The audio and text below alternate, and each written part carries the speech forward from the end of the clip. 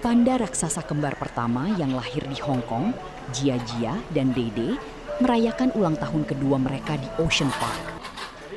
Perayaan tersebut digelar bersamaan dengan peluncuran program konservasi generasi muda dalam rangka Hari Ekologi Nasional China.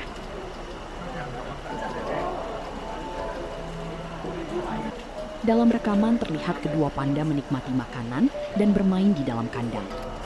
Sementara pengunjung mengabadikan momen dengan dekorasi bertema panda.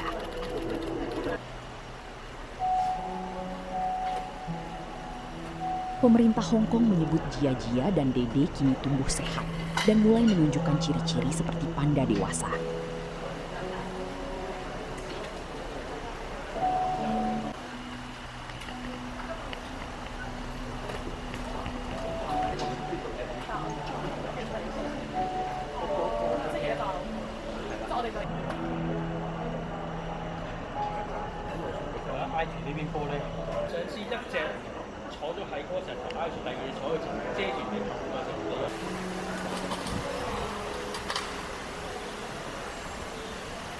將來咧總會有一天佢哋要分開獨立生活嘅，咁咧就今年呢一次嘅生日咧，可能係最後一次瑩瑩媽媽同嘉嘉德德可以咧兩代三隻同一齊咁樣去慶祝生日。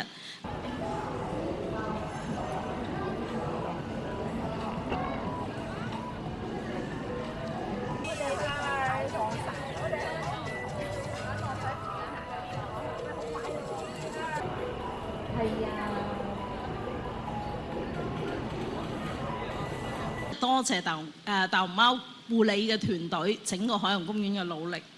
頭先喺開始活動嘅時候呢，我亦都見到佢哋嘅訓練環節。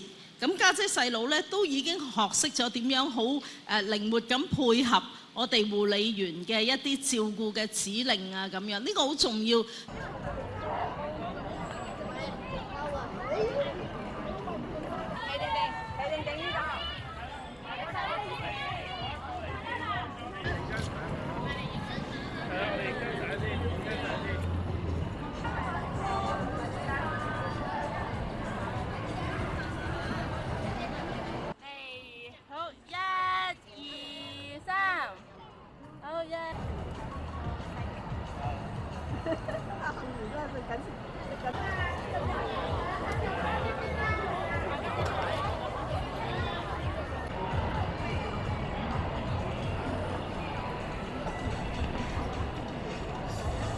身手活潑敏捷啦，好活潑啦，但係已經開始係個小大人。你咧同瑩瑩媽媽一齊嘅時候，大家有頭先見到咧，其實就可能都仲有一段嘅體型距離，但係就咁望落去咧，佢哋真係成年大熊貓咁嘅身形㗎啦。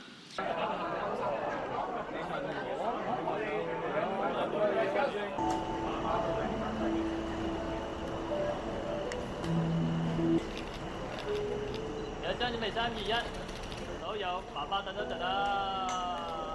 今日咧唔單止係嘉嘉德德嘅生日，剛才副主席阿 Simon 都講過啦。今日咧係全國生態日，係好有意義嘅一日嚟嘅。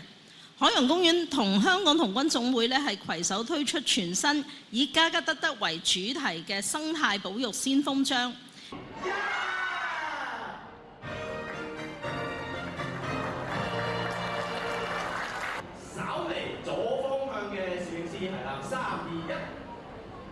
Jelajahi cara baru mendapatkan informasi. Download Metro TV Extend sekarang.